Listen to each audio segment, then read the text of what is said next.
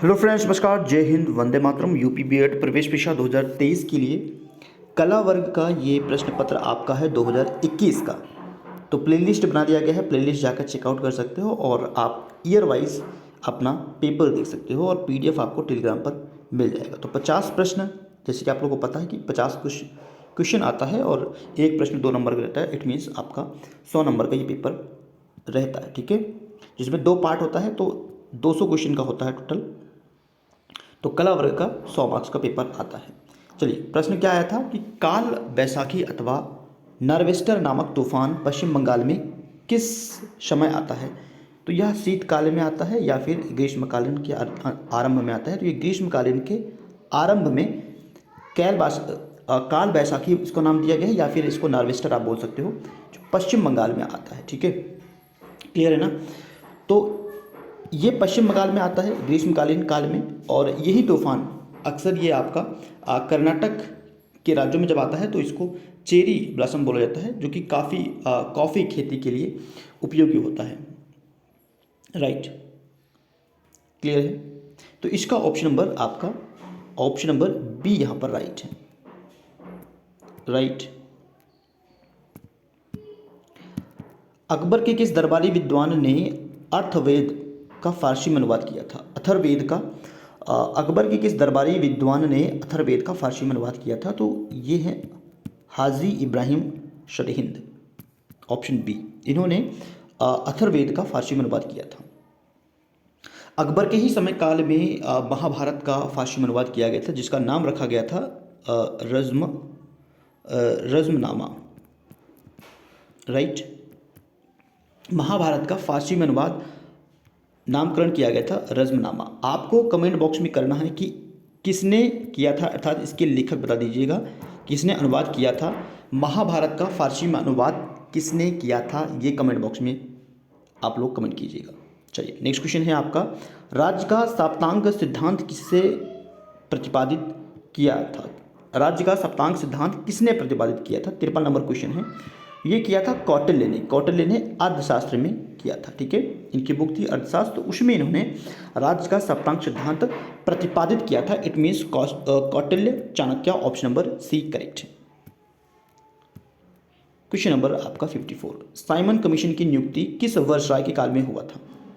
Simon commission, Simon go back का नारा लगा था जब साइमन इंडिया आया था, तो मुंबई में वो आया था, और उस समय जो उसमें गवर्नर थे वो लॉर्ड इरविन थे। ठीक है, लॉर्ड इरविन, ऑप्शन सी।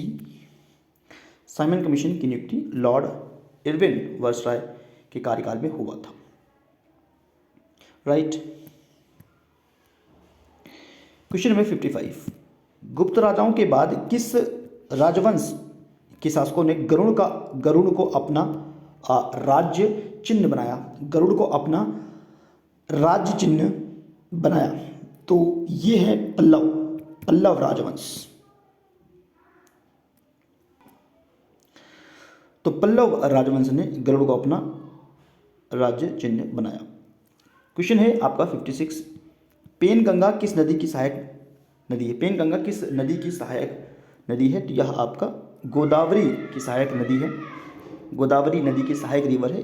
गोदावरी रिवर की अगर टोटल लेंथ की बात करें 1465 किलोमीटर है, और दक्षिण भारत की सबसे लंबी नदी है, और इसको वृद्ध गंगा, बूढ़ी गंगा के नाम से भी हम लोग जानते हैं। ठीक है, बूढ़ी गंगा, वृद्ध गंगा, और दक्षिण भारत की सबसे लंबी नदी है। 1465 किलोमीटर इसकी डिस्टेंस है। डिस्टेंस भी आपको याद रखना है। क्वेश्चन नंबर 57 है, निम्नलिखित में से बिहार में कौन सा स्थान है। बिहार में से कौन सा स्थान है जहाँ पर जैन और बौद्ध धर्म का तीर्थ स्थल है। तो बौद्ध और जैन धर्म का संयुक्त तीर्थ स्थल कहाँ पर है। वैशाली में। कहाँ पर है डियर। वैशाली में जैन और बौद्ध धर्म का तीर्थ स्थल मौजूद है, बिहार के वैशाली जिले में।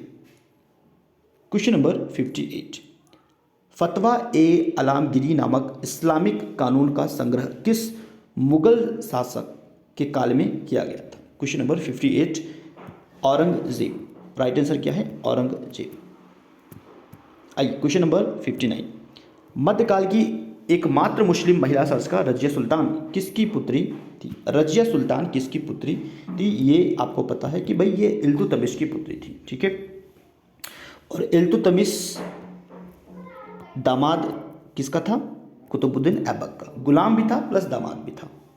कुतुबुद्दीन ऐबक किसका गुलाम था? ये मोहम्मद गौरी का गुलाम था। ठीक है, मोहम्मद गौरी का गुलाम कुतुबुद्दीन ऐबक था। कुतुबुद्दीन ऐबक का गुलाम इल्तुतमिश था और इल्तुतमिश की पुत्री थी रजिया सुल्तान।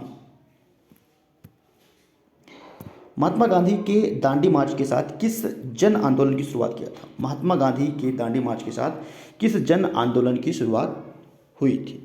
क्वेश्चन कई बार मैंने आपको करवा दिया है कि 1930 में सविनय अवज्ञा आंदोलन गांधी जी के द्वारा शुरुआत किया गया था। यहां पर ऑप्शन डी आपका राइट है, सविनय अवज्ञा आंदोलन। राइट। 61 नंबर क्वेश्चन, कांग्रेस के किस अधिवेशन में पूर्ण स्वराज का लक्ष्य रखा गया था? कांग्रेस के किस अधिवेशन में? यह आपका लाहौर अधिवेशन था। लाहौर अधिवेशन, इसकी अध्यक्षता जवाहरलाल नेहरू ने किया था। 1929 में लाहौर अधिवेशन हुआ था। राइट, जिसमें पूर्ण स्वराज की मांग रखा गया था या लक्ष्य रखा गया था। वर्ष 1946 के चुनावों के बाद मुस्लिम लीग ने किस राज्य में अपनी पहली सरकार बनाई थी? तो मुस्लिम लीग ने पहली सरकार उन्होंने कहाँ पर इस्टेब्लिश किया? ये बंगाल में। कहाँ पर? बंगाल में। तो वर्ष 1946 के चुनाव के बाद मुस्लिम लीग ने किस राज्य में अपनी पहली सरकार बनाई? तो ये था बंगाल। ठीक है, पश्चिम बंगाल। 62 का ऑप्शन नंबर डी करेक्ट है। चलिए नेक्स्ट क्वेश्चन है, किस दर्रे को भारत, चीन और म्यांमार का त्रिकोणीय संगम कहा जाता है? अच्छा क्वेश्चन है। किस दर्रे को भारत, चीन और म्यांमार का त्रिकोणीय संगम कहा जाता है? नाथुला दर्रा, जलेप्सा दर्रा, बोमडिला या थिफू दर्रा? तो कौन सा दर्रा है? थिफू दर्रा। Right, option number D correct है यहाँ पर आपका। चलिए आइए करते हैं क्वेश्चन नंबर 64। शांत रस का अस्थायी भाव क्या है? शांत रस का अस्थायी भाव क्या है बताइएगा।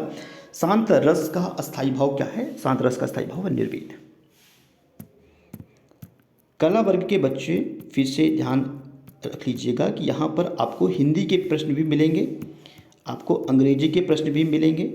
ठीक है, पॉलिटी, हिस्ट्री, ज्योग्राफी, इकोनॉमिक, ये क्वेश्चन तो मिलेंगे। साथ में आपको संस्कृत के भी प्रश्न मिल सकते हैं, तो घबराना नहीं। ठीक है, ये सभी टॉपिक्स कवर हो सकते हैं कला वर्ग में।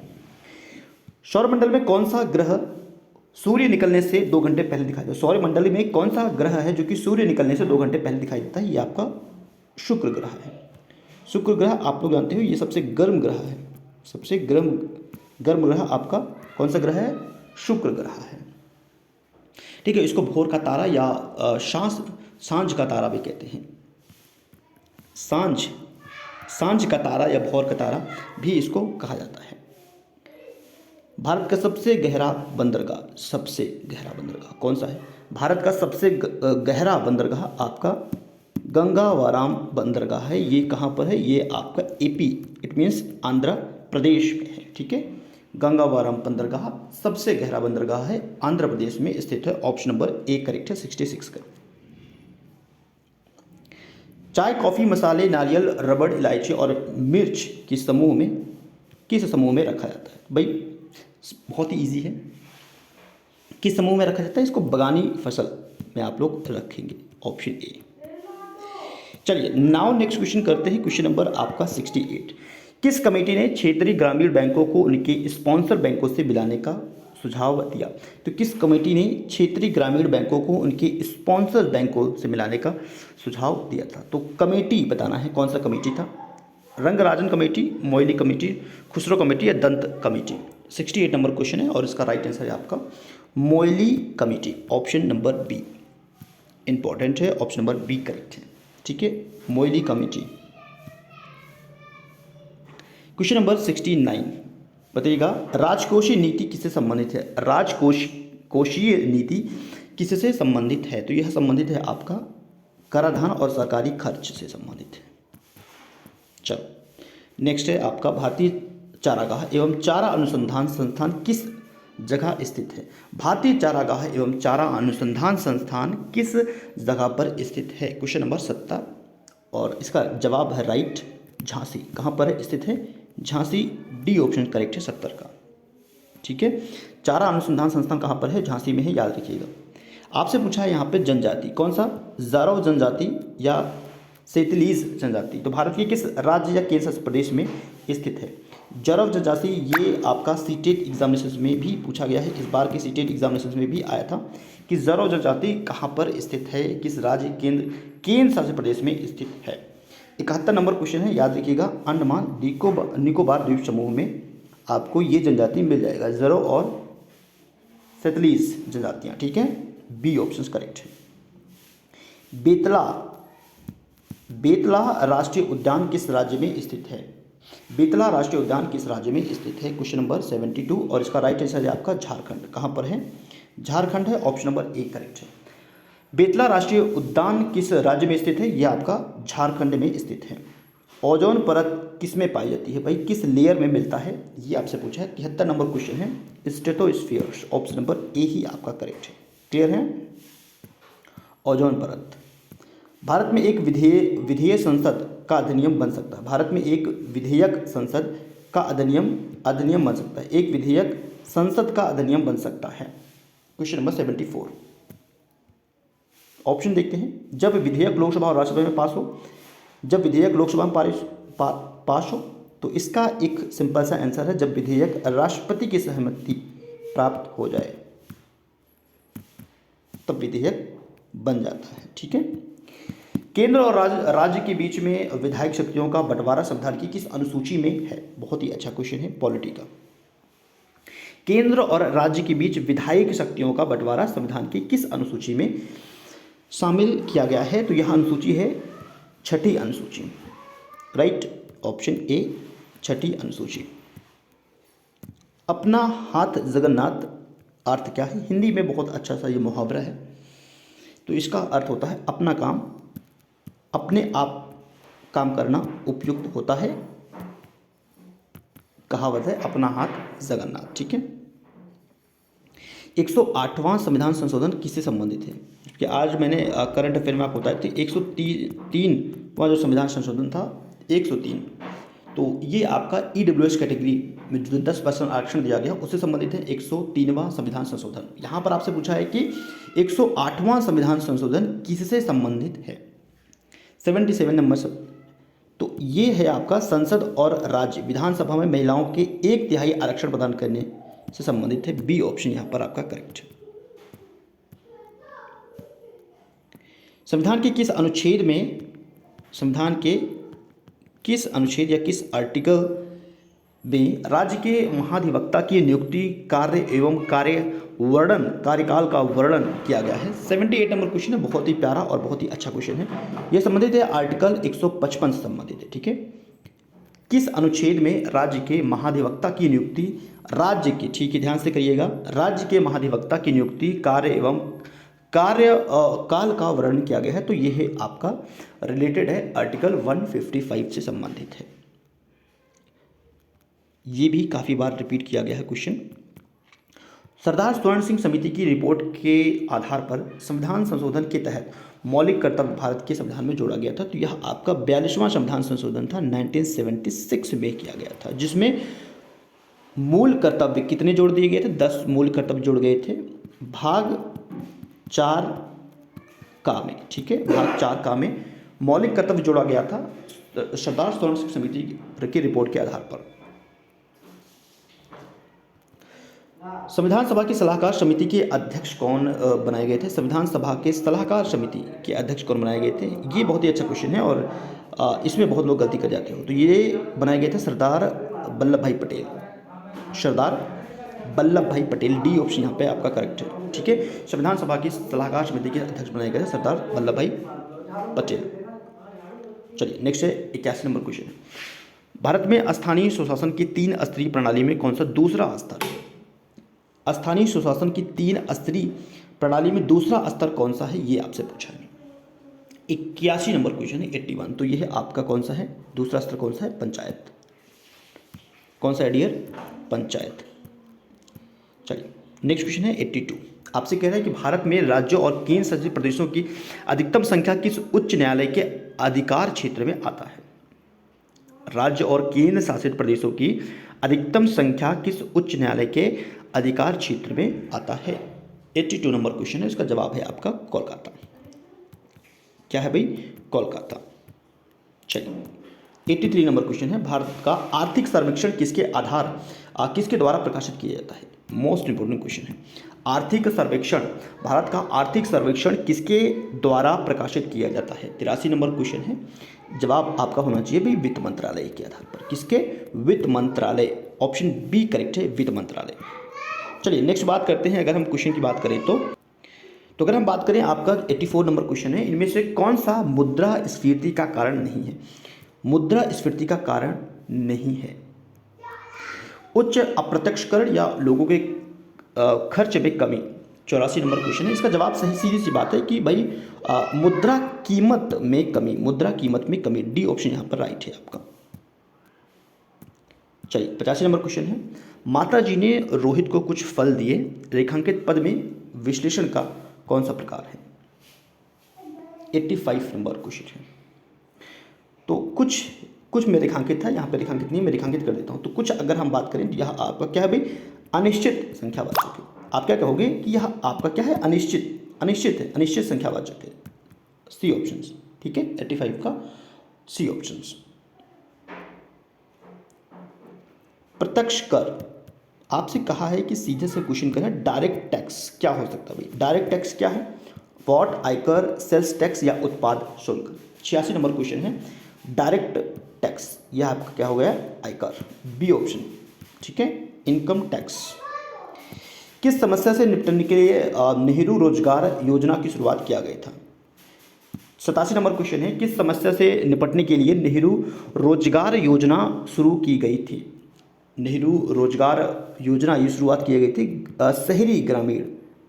शहरी गरीबी के लिए नेहरू रोजगार योजना का शुभारंभ किया गया था। ऑप्शन बी यहाँ पर आपका करेक्ट है।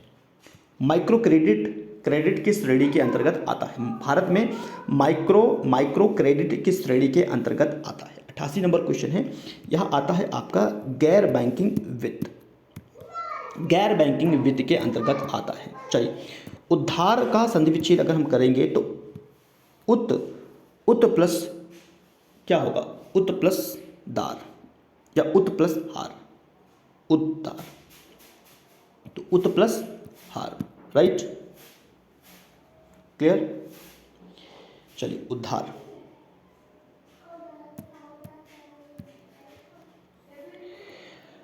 नेक्स्ट है आपका मृत्युंजय में समास पूछ लिया है। मृत्युंजय में कौन सा समास है? मृत्युंजय तो इजी है, बहुब्रीहि समास। कौन सा है? मृत्युंजय में आपका कौन सा समास है? ये आपका बहुब्रीहि समास है। 91 नंबर क्वेश्चन है, इसमें कह रहा है कि शुद्ध वाक्य का पहचान करिए। 91 नंबर क्वेश्चन, 91। तो इसके मात्र दो कारण हो सकते हैं। तूफान आने का संदेह है, माता पिता की शुश्रूषा करनी चाहिए। सी ऑप्शन यहाँ पे आपका करेक्ट है। काली घटा का घमंड घटा, ये वाला मैंने कल क्वेश्चन करवा दिया था अलंकार में। ये कौन सा अलंकार है? ये आपका श्लेष यमक अनुप्रास रूपक। श्लेष काली घटा का घमंड घटा, बताइएगा। ये क्वेश्चन भी मैं आपसे कमेंट बॉक्स में चाहता हूँ कि आप लोग जवाब दीजिए, क्योंकि मैंने ऑलरेडी अलंकार भी ये क्वेश्चन किया है, या फिर आप अलंकार एमसीक्यू जो मैंने करवाया था कल वो चैप्टर्स देख लीजिए। 93। रजनी ने पुस्तक पढ़ी, वाक्य में कौन सा काल है? रजनी ने पुस्तक पढ़ी, तो ये आपका वर्तमान काल है। बिल्कुल इजी है, सिंपल है। अब कुछ क्वेश्चन आपको इंग्लिश से भी मिलेगा, मैंने आपको ऑलरेडी सचेत किया है इसलिए, ठीक है। हिंदी, इंग्लिश, संस्कृत और जो कला वर्ग में जो भी सब्जेक्ट आते हैं, history, polity, geography, economic, art and literature, तो ये सभी क्वेश्चन आपको देखने को मिलेगा। इसीलिए कला वर्ग हुआ, चाहे विज्ञान वर्ग हुआ, चाहे वाणिज्य वर्ग हुआ, थोड़ा सा टफ बनता है पेपर। क्वेश्चन क्या कह रहा है आपसे? Most suitable one word for the given sentence. तो मेडिसिन गिव्स टू काउंट्रैक्ट पोजिशंस। 94। तो एंटीडोट इसको कहते हैं, एंटीडोट।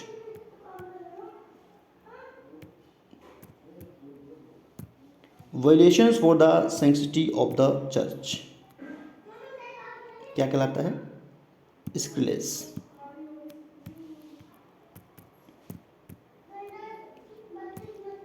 ब्लीक मीन्स होता है बेरंग, तो अगर हम इसका अपोजिट निकालेंगे बेरंग का हो जाएगा ब्राइट, बेरंग का ब्राइट। अमेजिंग का अपोजिट वर्ड अमेजिंग, अमेजिंग का मोनोटोनस हो जाएगा, मोनोटोनस। मोनोटोनस मीन्स होता है नीरस, राइट। अमेजिंग का अपोजिट कर रहा है तो मोनोटोनस हो जाएगा, monotonous. Fill in the blanks करना है सुटेबल।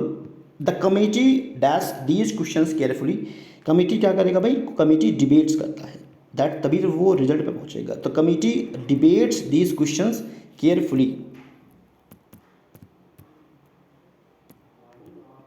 99 है, ये आपका कह रहा है कि choose the option which best express the meaning of the given word. So tuning का क्या हो जाएगा, इसका मतलब होता है चालाक। सिमिलर वर्ड अगर पूछ रहा है तो ये क्लेवर हो जाएगा, ऑप्शन डी, क्योंकि क्लेवर मतलब भी चालाक होता है। एब्रेशंस का क्या हो जाएगा, एब्रेशन। एब्रेशन का मतलब होता है पतन। अगर सिमिलर वर्ड होगा तो ये डेविएशन बन जाएगा, एब्रिएशन का डेविएशन। सो 100 का भी ऑप्शन ए और यहाँ पर 100 का ऑप्शन डी करेक्ट। ठीक है, फिर से बता रहा हूँ कि संस्कृत के प्रश्न आ सकते हैं आपके एग्जामिनेशन में। आपके इंग्लिश भी पूछेगा 5-6 क्वेश्चन इंग्लिश के भी, जिस तरीके से ये आपको पैटर्न दिखा है, और हिंदी के 5-6 क्वेश्चन मिल सकते हैं आपको, तो इस चीज़ के लिए तैयार रहिएगा। ठीक है, चलिए सेशन लाइक कीजिएगा और PDF आपको टेलीग्राम पर प्रोवाइड करा दिया जाएगा। धन्यवाद।